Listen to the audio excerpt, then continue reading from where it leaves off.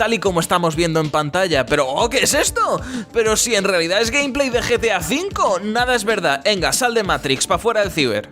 Los gráficos de los videojuegos están llegando a unos niveles de realismo absurdos. El hardware es más potente que nunca y a nivel de software... Ay, te paso el link, pedazo de pajero, ahí tenés, ya está, anda, mirá. Se están usando cada vez más técnicas nuevas, como el Ray Tracing para representar la iluminación, el Deep Learning Super Sampling para mejorar muchísimo el rendimiento, o el uso del aprendizaje artificial El futuro de la potencia en los videojuegos estamos viendo por Joseju. para hacer que un juego Acá no aparecen minas que les están metiendo el dedo en el orto, gracias a Dios. ya existente se vea fotorrealista. O sea, para que veáis lo flipante que me parece esto, es que ni siquiera tengo ningún chascarrillo, es que me he quedado... Creo que a todas estas técnicas todavía les quedan bastantes años para que sean lo normal en la industria y que alcancen su máximo potencial, pero nos estamos acercando a ese punto. Y una cosa que ocurre es que cuanto más cerca estamos de poder hacer gráficos plenamente fotorrealistas, menos se notan los avances en esa dirección. Los primeros cambios de consola fueron como... son los 80, tengo que conformarme con un puñado de píxeles. Oh, pero ¿y estos colores? ¿Qué me estás container? Y ahora en 3D, esto no puede ir a mejor, what the fuck.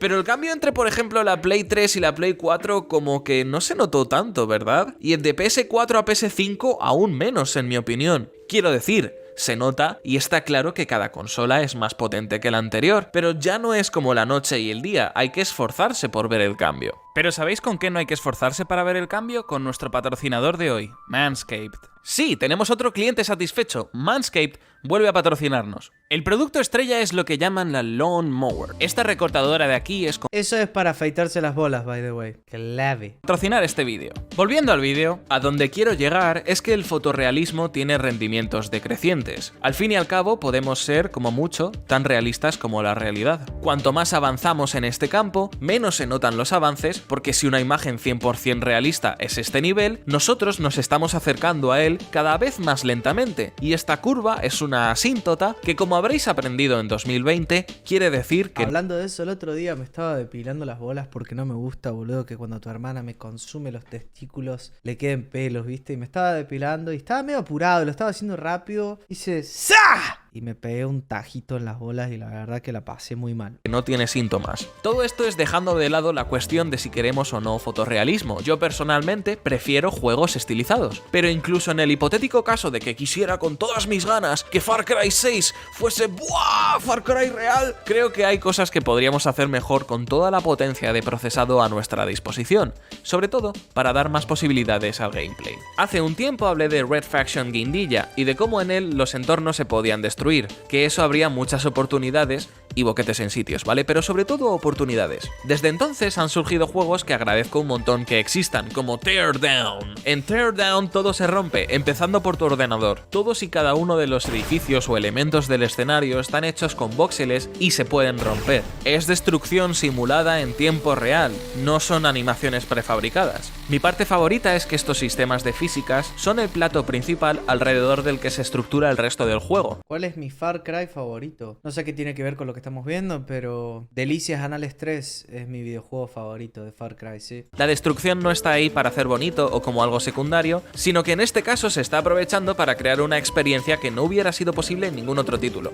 Casi. La premisa es que en cada nivel hay tareas que hacer antes de que se acabe el tiempo. Y una vez haces Es difícil terminar ese juego. Normalmente uno siempre se queda al principio. cualquiera de estas tareas, empieza a correr el cronómetro. Así que una mitad del gameplay es trazar un plan, prepararlo todo, y la otra mitad es ejecutarlo. Como los entornos son destructibles, una gran parte de la preparación conlleva crear rutas nuevas, más rápidas que las anteriores, para ir de un sitio a otro antes de que se acabe el tiempo y te disparen en el bazo.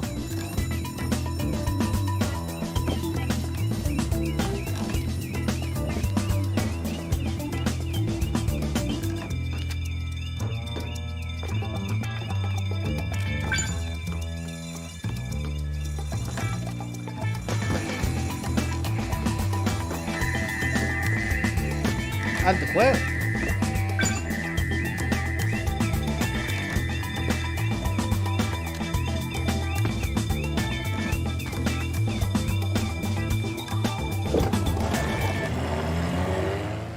Y ya con los mods, ni os cuento. He petado este juego de mods y me lo he pasado que te cagas. Recomiendo muchísimo Teardown para gente a la que le pueda interesar este tema. Y vamos a volver a él. Mira cómo sufre ese plaque video.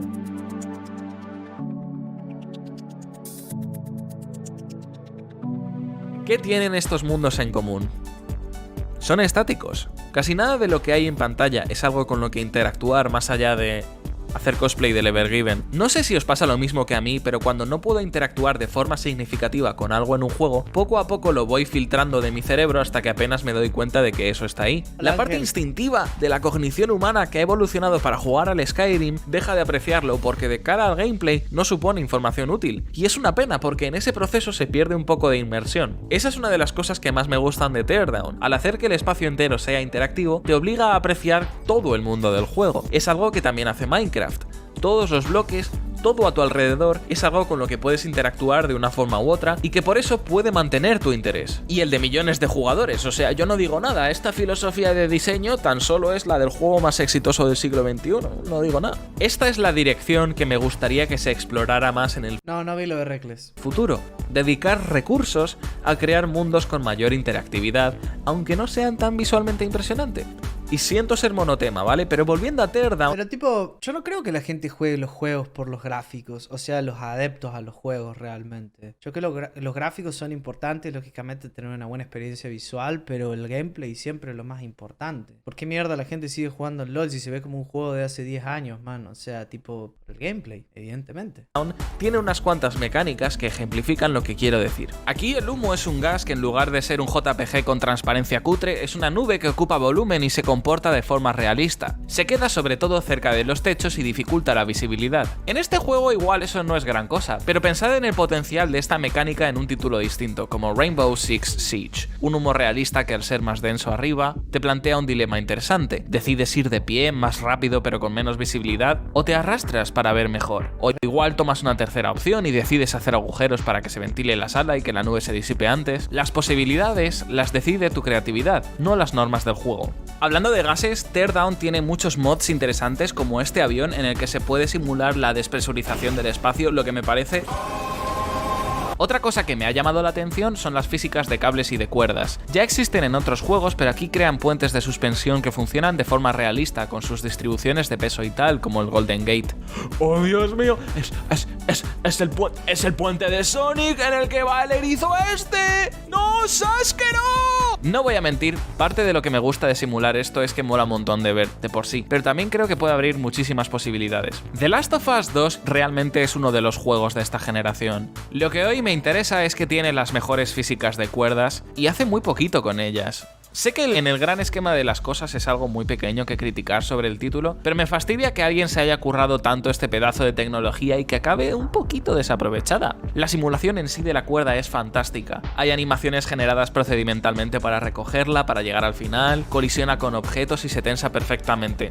¡Mua! Y solo salen un par de partes muy sencillas. No me quejo de que The Last of Us tenga esto y entiendo que no pueden centrar todo el juego alrededor de las mecánicas de las cuerdas, sobre todo teniendo en cuenta que siendo una historia tan oscura igual el resultado es un poquito deprimente, pero no puedo dejar de pensar en cómo molaría tener esta misma simulación en otros juegos. Hay muchos juegos que ya tienen una simulación elemental de las cuerdas. El Garry's Mod mismamente tiene cuerdas que sencillamente ejercen fuerza entre sus extremos y se tensan, algo que no está mal, pero no tienen colisión.